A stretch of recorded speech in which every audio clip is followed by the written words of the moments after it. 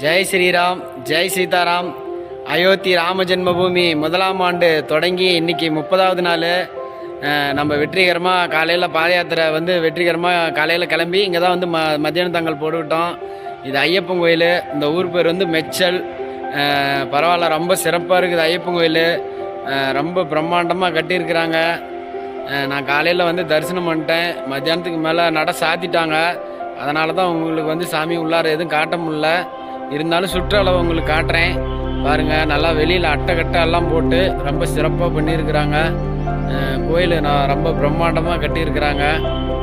இங்கேருந்து ஐயப்பன் கோயிலுக்கு நிறையா பேர் இருமுடி கட்டி போவாங்களாட்டுக்குது. அதுதான் சுற்றி இருக்கிற பேனர்லாம் அவங்க தேதியை இது பண்ணி பதிவு பண்ணி வச்சுருக்கிறாங்க. அதனால் நம்ம இங்கே தான் இன்றைக்கி மத்தியானம் தங்கல் தங்கிக்கிட்டோம்.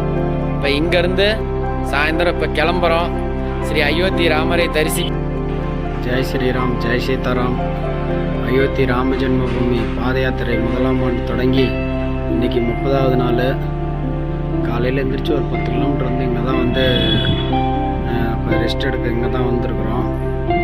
நாங்கள் வரும்போது கோயில் திறந்துருந்தாங்க. அப்புறம் குளிச்சுட்டு எல்லாம் இது பண்ணிட்டு சாப்பிட்டுரும்போது கோயில் சாத்திட்டாங்க, நட சாத்திட்டாங்க.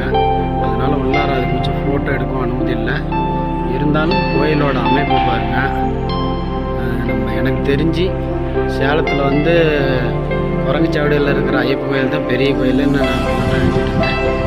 ஆனால் இங்கே பார்த்தீங்கன்னா நிறையா இடத்துல பெரிய கோயில். ஐயப்பன் தான் இங்கே ரொம்ப ரொம்ப ஃபேமஸ்ஸு. ஐயப்பனுக்கு தான் அவ்வளோ முக்கியத்துவம் தராங்க. ரொம்ப ரொம்ப பெரிய கோயில்.